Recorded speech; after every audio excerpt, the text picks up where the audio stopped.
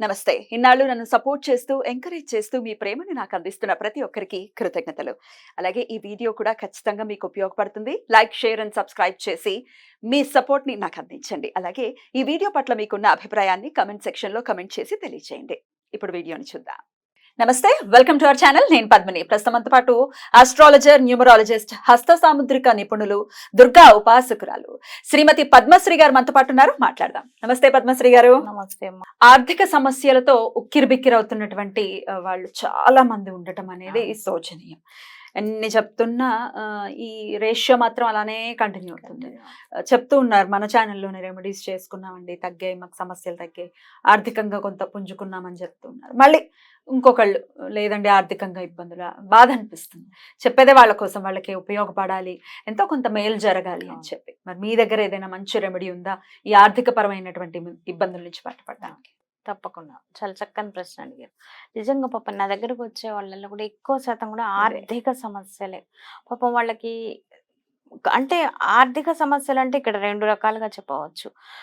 చేయడానికి పని దొరకపోవడం, సరైన పని దొరకపోవడం, దొరికినా కూడా ఆ వచ్చినటువంటి ఆ ఆర్థిక పరమైనటువంటి లావాదేవీ అంటే ఇంట్లో డబ్బు నిలవకపోవడం, ఇక్కడ రెండు రకాలుగా ఉంటుంది. అయితే అసలు ఈ రెండు రకాల సమస్యల నుంచి కూడా బయటపడాలి. ఒక్కొక్కసారి ఎలా ఉంటుందంటే అసలు కాలం పగబట్టిందా మన మీద, అసలు ఏంటి ఈ పరీక్ష అసలు అన్నంత భయంకరంగా ఉంటుందన్నమాట సిచ్యువేషన్. అలాంటి టైంలో కలియుగ దైవం వెంకటేశ్వర స్వామి ఆరాధన అనేది చాలా చాలా చాలా విశేషంగా చెప్పుకోవచ్చు.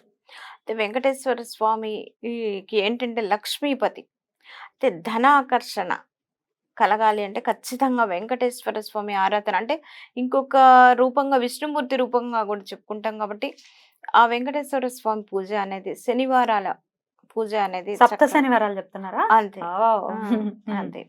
అయితే సప్త శనివారాల్లో కూడా ఇప్పుడు ఇది ఒక కొంచెం డిఫరెంట్ గా చెప్పండి. అయితే ఏం చేస్తారంటే శనివారం రోజు చక్కగా చాలా మంది కులదేవత వెంకటేశ్వర స్వామి ఉంటారు. చాలా మంది ఇళ్లలో ఏంటంటే ఏదైనా సరే చికాకుగా ఉంటుంది ఆర్థికంగా. ఇప్పుడు ఎక్కడైనా డబ్బు రావాల్సిందంటే రాలేకపోతే వెంకటేశ్వర స్వామి నామాలు పెట్టించుకొని ఇంట్లో వెంకటేశ్వర గోవింద నామాలు చిన్న చిన్న పిల్లల్ని తీసుకొచ్చి చక్కగా చదివిస్తారు. అలాగే వాళ్ళకి పిల్లలకి నామాలు పెట్టి వెంకటేశ్వర స్వామి యొక్క గోవిందనామాలు చదివిస్తూ వెంకటేశ్వర స్వామికి ఇష్టమైనటువంటి తీపి పదార్థాలు నివేదన చేస్తూ ఇలా చేసుకుంటూ ఉంటారనమాట. అయితే నేను చెప్పే రెమెడీ ఏంటంటే వెంకటేశ్వర స్వామికి పచ్చకర్పూరానికి చాలా దగ్గర సంబంధం ఉంటుంది. అలాగే పచ్చకర్పూరంలో ఏంటంటే లక్ష్మీ ఆగమనం, లక్ష్మికి ప్రీతికరమైనటువంటి ఇది. అయితే పచ్చకర్పూరంలో ఉన్నటువంటి ఒక ప్రత్యేకత ఏంటంటే లక్ష్మీ అమ్మవారికి ఏంటి ఏదైనా సరే చెడు అనేది అంటే సువాసనలు వెదజల్లాలి. ఏదైనా సరే చెడు వాసన ఉండకూడదు, మురికిగా ఉండకూడదు, శుభ్రంగా ఉండాలి, చుట్టూ వాతావరణం అంతా కూడా శుభ్రంగా ఉండాలి. అదే కదా అమ్మవారికి మనం చెప్తాం. అందుకని పచ్చ కర్పూరం వల్ల ఏమవుతుందంటే ఈ క్రిమి కీటకాలు కూడా దరిచేరవు. అలాగే మంచి సువాసన అనేది కూడా వెదజల్లుతారు. అయితే వెంకటేశ్వర స్వామి హృదయంలో వక్షస్థలంలో ఉంటారు అమ్మవారు. కాబట్టి ఆ హృదయంలో ఉండేటువంటి అమ్మవారికి గురించి ఏం చేస్తారంటే పచ్చ కర్పూర మాల, అది ఎలా చేస్తారంటే పచ్చ కర్పూరం బిళ్ళలు చిన్న చిన్నవి దొరుకుతుంటాయి షాపుల్లో, పూజా సామాగ్రి షాపుల్లో.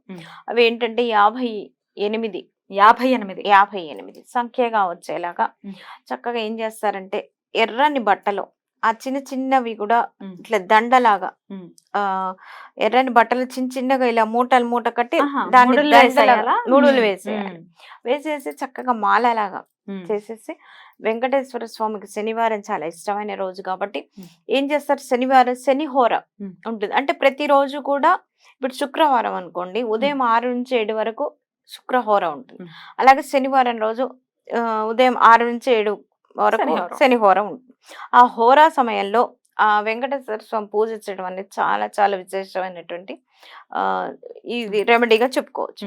అంటే చక్కగా ఈ మాలని సిద్ధం చేసుకొని అక్కడ పూజా సామాగ్రి అంతా కూడా సిద్ధం చేసుకొని స్వామి వారికి పానకం వడపప్పు ఖచ్చితంగా నివేదన చేసుకోవాలన్నమాట.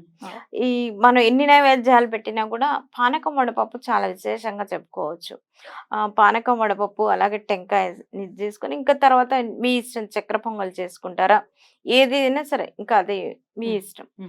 ఇలా చేసుకొని చలిమిడి దీపాలు ఎన్ని పెట్టాలంటే 6 ఒత్తులు వేయాలి. ఉమ్. ఒక 2 దీపాలు తయారు చేసుకొని రెండిట్లో కూడా 3 ఒత్తులుగా చేసి 6 సంఖ్య మళ్ళీ శుక్రుడికి చెప్పుకుంటాం. కాబట్టి అంటే ఇక్కడ లక్ష్మీపతి వెంకటేశ్వర స్వామి పూజలు కూడా అంటే ఇద్దరిని కూడా దంపతులు ఇద్దరిని మనం పూజించిన వాళ్ళం అవుతాం. కాబట్టి ఖచ్చితంగా లక్ష్మీదేవి రావటమే కాకుండా ఆ వచ్చినటువంటి లక్ష్మి మన ఇంట్లో కొలువై ఉండేలాగా ఈ పూజను చేసుకోవాలి.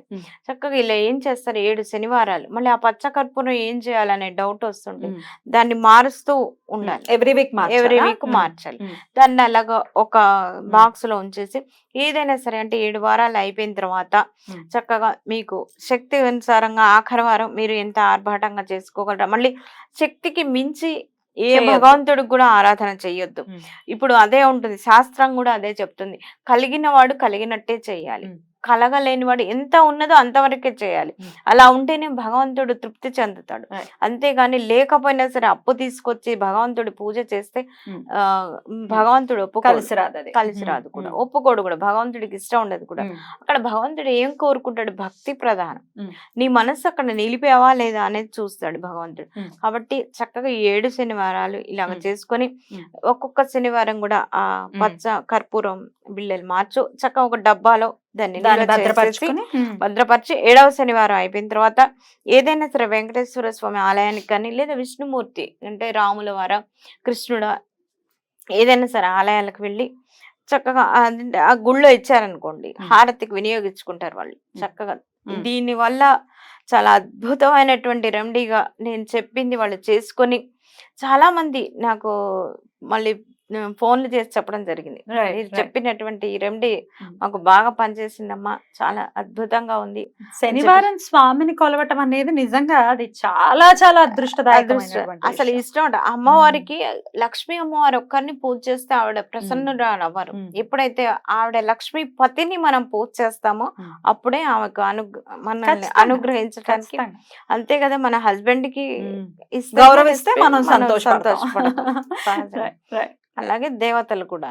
ఈ చలమిడి దీపం ఏదైతే ఉందో దాన్ని ఏం చేయాల్సి ఉంటుంది? దాన్ని ఏం చేస్తారంటే ఇంట్లోని వారు ప్రసాదంగా స్వీకరించవచ్చు. లేదా మొత్తం చలిమిడి ఆ దీపం మొత్తం కూడా తినాలంటే తినలేరు, కొంతమందికి ఇష్టం ఉండదు.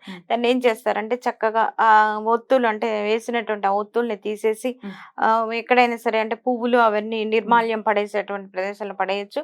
చక్కగా ఆ పిండిని అంతా కూడా నలిపించి ఇక్కడ పారే నీళ్ళల్లో చేస్తే చక్కగా చేపలకి ఆహారంగా కూడా ఉంటుంది. దాని వల్ల కూడా బుధగ్రహ అనుగ్రహం కలుగుతుంది.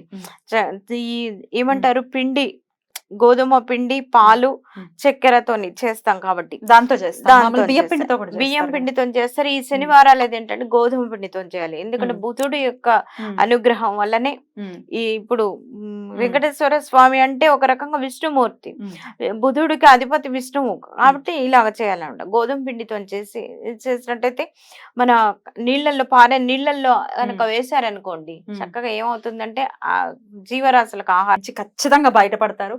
అనుభవపూర్వకంగా కూడా చెప్పొచ్చు, చాలా మంది కూడా చేసుకున్న వాళ్ళు కూడా చెప్తుంటారు. చాలా చక్కగా తెలియజేశారు. కృతజ్ఞతలండి. నమస్తే.